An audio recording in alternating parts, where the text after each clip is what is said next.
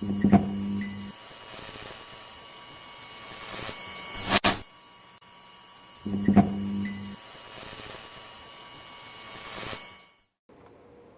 it going, everybody? Pete here at Spawn Fly Fish, and as you can see today we'd like to talk just a little bit about the Fishpond Tailwater Fly Tying Kit. Before we get too far, I'm going to point this out. It's called a fly tying kit, but that doesn't mean it comes with tools, materials, any of that stuff. This is a very job specific bag that has parts to it which make it a kit. And we'll get into that a little bit. But as far as fly tying bags or kits go, I'm going to tell you flat out, this is the coolest and strongest and most protective bag I've ever seen. Whether you're a fly tyer that thinks they have to take all their materials in the kitchen sink like I do, this is your bag. If you're a minimalist and you just need to take some materials for a blue winged olive in a size 18, this is still your bag, because just like me, you value your tools, your materials. This is the way to keep them all protected, all in a handy way that makes sense to you when you open the bag and just jump into it. So let's go ahead and jump into it. All right, so let's get into this bag and see what all fits in the Fishpond kit. All right, so first thing you're gonna say is, where's my vise? Before we get to the vise, what are we going to put the vise on? As you can see, we have a nice big table right here, but I don't necessarily want to ding or scratch this table. And if you're traveling and you happen to be at the in-laws, wherever you are, they're probably not going to want you to ding up and scratch their table either. So, Fishpond wisely included this nice little platform to hold your vise. As you can see, built-in little receptacles. So keep track of those beads and hooks as you're going. No muss, no fuss. Pretty clever.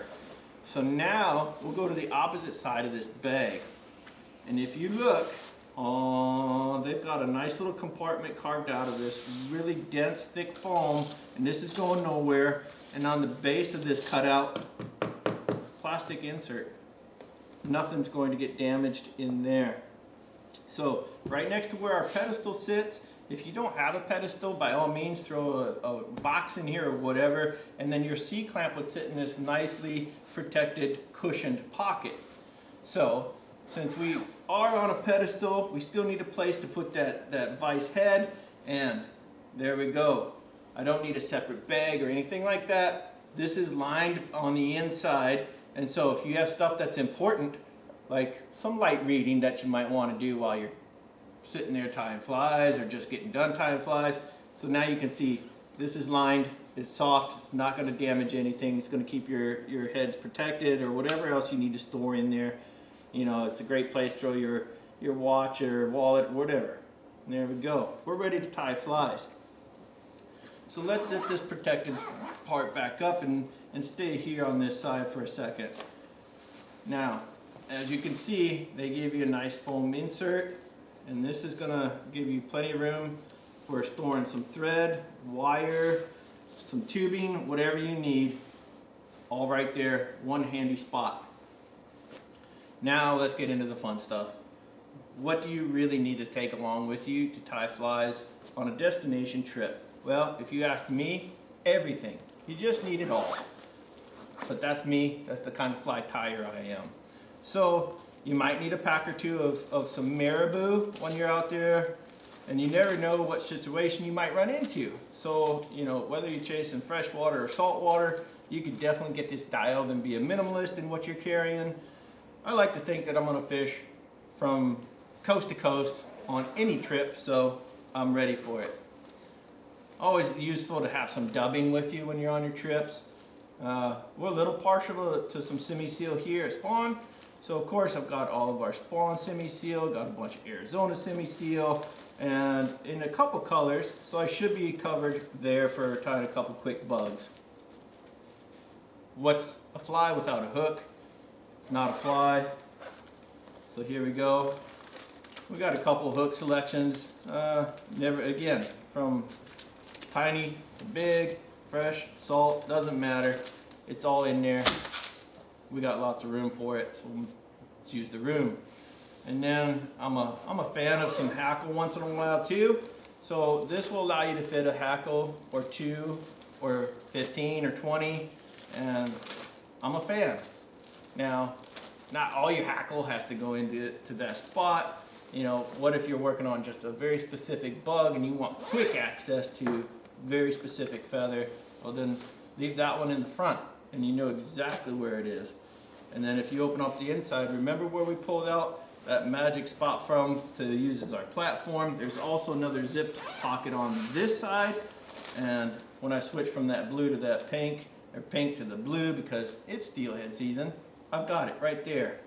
So what about tools? One more pocket, again, a little bit of soft lining here. This one's a lot smaller, so if you have you know, a dubbing spinner, some bulkier tools, throw them right in that pocket. Otherwise, if you notice here, snap 1 and snap 2. And now I'm going to lift this leaf, and you can see all my tools are happy and safe and comfy in these little slitted pockets that they have all on the bottom. And these are also double-sided, so this very protective material is on both sides here so that these tools don't damage what's inside and go through this pocket at all. And there you have it. If you need to carry a ton of stuff to go on a trip and that's the way you roll, this is your bag. If you just need to carry a little bit of stuff but you want to make sure it's all well protected, again, this is your bag. Probably the coolest fly tying kit bag I've ever seen. As you can see, it holds a ton of stuff, more than you need. And hope you guys enjoy this video. We'll be doing more of these, so pay attention. Please go ahead and hit like and subscribe, and we will see you guys on the water. You got a lot of stuff in there. Yeah. Thought why not, you know, no point doing it half.